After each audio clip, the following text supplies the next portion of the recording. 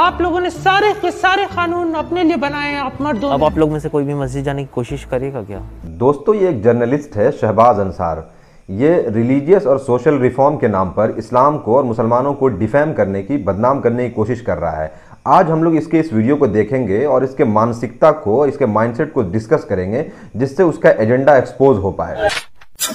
सबसे पहले मैं दिखाता हूं आपको कि कहां कहां उसने चालाकी से जानबूझ करके ऐसी गलतियां की है जिससे उसका एक नैरेटिव और एक एजेंडा सेट हो पाए। मैं 15 साल से मैं मस्जिद में मुलाजिम हूँ, यानी मौजिन हूँ। मेरा नाम नबी अहमद है, मैं यहाँ इस मस्जिद में मौजिन हूँ। आपने देखा कि वो ऐसे कॉम्प्लिकेटेड टॉपिक पर बात करने के लिए दो मौजिन को सिलेक्ट करता है।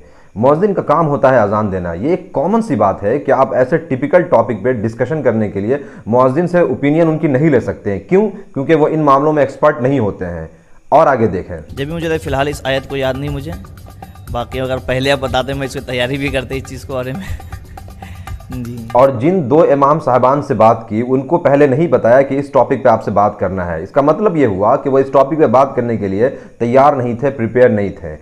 आप यहाँ पर दो चीज़ समझ चुके होंगे कि जिन मौज़िन हजरात से बात की वो ऐसे इंटेलेक्चुअल डिस्कशन के लिए कैपेबल ही नहीं है, यानी वो अहल ही नहीं है कि उनसे ऐसे फिक्री मसाइल पे बात की जाए।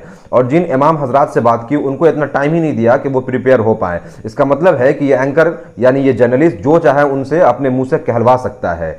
इसीलिए आप देखेंगे कि ये मौज़िन हजरात और इमाम हजरात अपने अकल से बहुत कोशिश कर रहे हैं कि अपने आर्गुमेंट को स्ट्रॉन्ग करें, मगर रेफरेंस के लिए कोई कुरान और हदीस को कोट नहीं कर पाए। रोक के दिखाइए, मैं जा रही हूँ। नहीं, आप यहीं रह के नमाज पढ़िए। मैं जा रही हूँ, मुझे मत छूइए, मैं जा रही हूँ। नहीं, आप यहीं पढ़िए नमाज। नहीं, मैं जा रही हूँ। अगर आपसे वो लड़ने लगी कि नहीं मुझे जाना ही है, तो मतलब क्या करेंगे आप फिर? हम यही कहेंगे लास्ट में कि भाई मना है तो मना है, नहीं मानोगी हैं फिर तुम पर हम तुम्हारी पिटाई हम करेंगे। पिटाई करेंगे? हाँ, पिटाई करेंगे। इस जर्नलिस्ट की चालाकी और शरारत देखें कि जब इमाम साहब ने औरत को मारने की बात नहीं कही तो ये बात एक मौज़िन से कहलवा लेता है, जिससे उसका एजेंडा सेट हो पाए। कैसे आप मुझे छू कैसे सकते हैं? आप मुझे पीट कैसे सकते हैं? हमारा हक है आपके ऊपर। आपका हक मुझे पीटने का है? पीटने का नाम समझाने के भी है और तंबीह करने का हुक्म दिया है। मगर जब इमाम साहब मारने का लफ्ज नहीं यूज करते हैं तो ये खुद ही पीटने का लफ्ज जानबूझ करके बीच में लाता है, जिससे इमाम साहब मारने का लफ्ज यूज कर सके, बोल पड़े। फिर ये शख्स अपने असली एजेंडा तक पहुंचता है और कहता है कि आप मर्दों ने यह कानून खुद से बनाया है जिससे औरतों को बराबरी ना मिल सके, और यही इसके वीडियो का पूरा थीम है। आप लोगों ने सारे के सारे कानून अपने लिए बनाए हैं, आप मर्दों ने। अब ये जाता है जेएनयू के पास, एक मुस्लिम स्कॉलर के पास, और उनसे पूछता है कि इंडिया में औरतों को मस्जिद जाना क्यों मना है? औरतों को आना क्यों मना है? हिंदुस्तान की मस्जिदों में औरतों का आना मना नहीं है। अगर किसी के यहाँ जगह ना हो वो अलग बात है। जब जो सबसे बड़ी मस्जिद है, जहाँ पर काबा है, हरम है, वहाँ पर औरतें पढ़ती है नमाज, मर्दों के साथ पढ़ती हैं। मस्जिद नबवी है जो सेकंड नंबर की मस्जिद है वर्ल्ड में मुसलमानों की, मदीने में, वहाँ पर औरतें नमाज पढ़ती हैं। हर जगह उनको अलाउड है। हजरत एक ही सेंटेंस में बहुत सादगी के साथ इस शख्स के पूरे एजेंडा को डिस्ट्रॉय कर देते हैं और कहते हैं कि नहीं, हिंदुस्तान में औरतों को मस्जिद में आना मना नहीं है।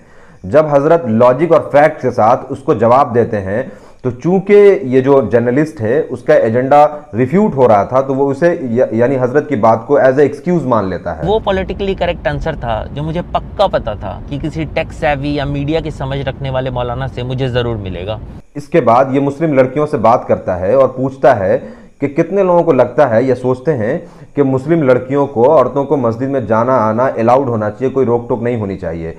जिस पर एक सिस्टर बहुत खूबसूरती से जवाब देती हैं कि स्क्रिप्चर औरतों को मस्जिद में जाना अलाउ करता है, वो चाहे तो जा सकती हैं या ना चाहे तो ना जाए, ये उनकी चॉइस है। Scriptures allow women can go to mosque and pray. ऐसा तो कुछ नहीं है कि एज बार होनी चाहिए, it is allowed and if women want to go to pray in mosque they can. चूंकि सिस्टर के इस जवाब से इस आदमी का एजेंडा रिफ्यूट हो रहा था, इसीलिए जानबूझ करके वो इस जवाब को नजरअंदाज कर देता है और कंक्लूजन करते हुए वो पूछता है कि अब यहाँ से कितने लोग मस्जिद जाएंगे।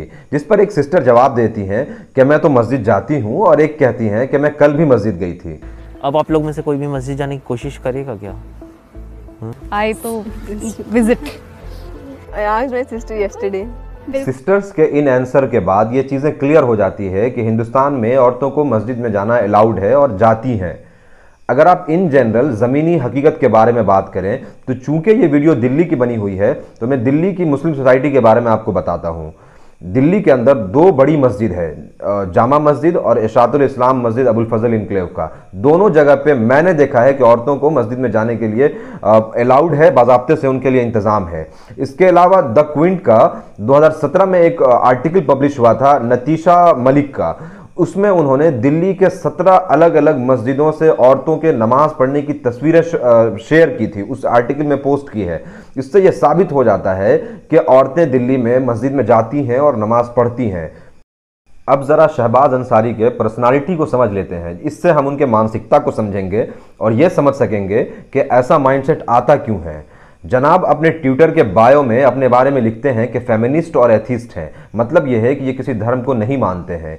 एक ट्वीट में लिखते हैं कि अगर मैं ये कहूं कि सारे धर्मों के जैसे कुरान भी काल्पनिक है तो क्या मुझे मार देना चाहिए।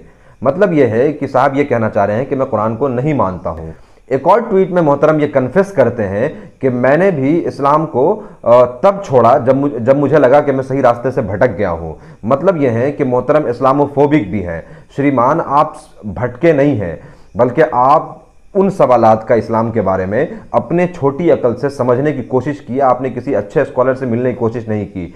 ठीक उसी तरीके से जैसे आप इस स्टोरी में इतने कॉम्प्लिकेटेड टॉपिक पे बात करने के लिए मुअज्जिन से कंसल्ट किया, जबकि वो कैपेबल ही नहीं है इन टॉपिक पे बात करने के लिए।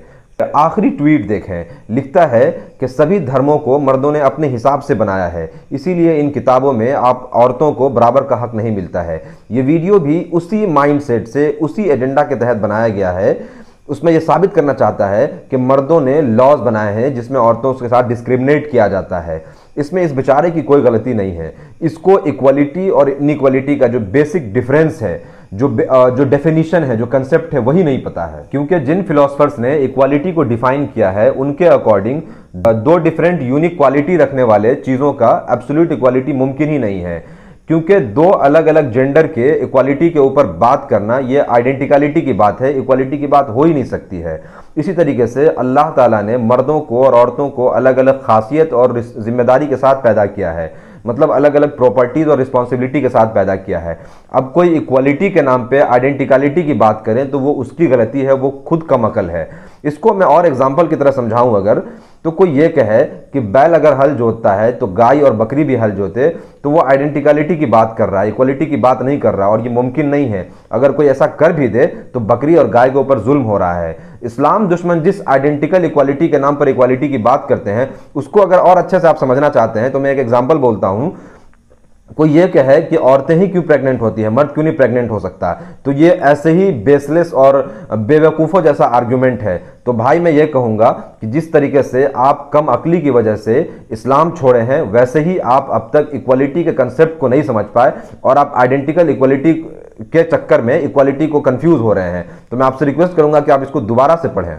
और आखिर में ये कहते हैं कि बहुत सारे राइट विंग के लोगों ने PIL फाइल किया कि मुसलमान औरतों को मस्जिद में जाना अलाउ किया जाए। ये खुद कहते हैं कि वो कोई सोशल रिफॉर्म नहीं करना चाहते थे, बस बदले की भावना से कर रहे थे। तो भाई मैं ये कहूँगा कि आप भी वही कर रहे हैं। क्यों? क्योंकि आप ऐसे इंटेलेक्चुअल टॉक पर बात करने के लिए मुअज्जिन साहब को सिलेक्ट किया जो इस काबिल नहीं है। इमाम साहब को आपने पहले नहीं बताया कि आपको इस टॉपिक पे बात करना है, इसीलिए आपने उनके मुंह से अपने लफ्ज़ बुलवाए। जब एक मौलाना साहब ने आपको लॉजिक के साथ और फैक्ट के साथ बात की तो आपने उसको एक्सक्यूज़ मान लिया। जब लड़कियों ने, सिस्टर्स ने कहा कि हमें मस्जिद में जाना अलाउ है, ये हमारी चॉइस है, तो आपने उस बात को मार्क नहीं किया। क्यों? क्योंकि आपका जो एजेंडा है वो रिफ्यूट हो जाता। जब लड़कियों ने कहा कि मैं मस्जिद जाती हूँ, कोई रोक टोक नहीं है, तो आपने इस पॉइंट को नज़रअंदाज किया। तो भाई आप भी मुसलमानों को और इस्लाम को बदनाम ही कर रहे हैं। आखिर में मैं आप लोगों से ये कहना चाहूँगा कि लिबरलिज्म की इंतहा एथिज्म है। तो इसीलिए अगर आपको कोई कन्फ्यूज़न हो, कोई सवाल पैदा हो, तो आप अपने बड़े स्कॉलर से बात करें और अपने कन्फ्यूज़न को क्लियर करें। अगर आप खुद से अपने छोटे अकल से चीज़ों को समझने की कोशिश करेंगे तो गुमराह होंगे ऐसे ही, और फिर इस्लाम को बदनाम करने की कोशिश करेंगे। वीडियो अगर आपको इन्फॉर्मेटिव लगती है तो ज़्यादा से ज़्यादा शेयर करें। कमेंट में ज़रूर बताएं कि ये वीडियो आपको कैसा लगा। Thank you.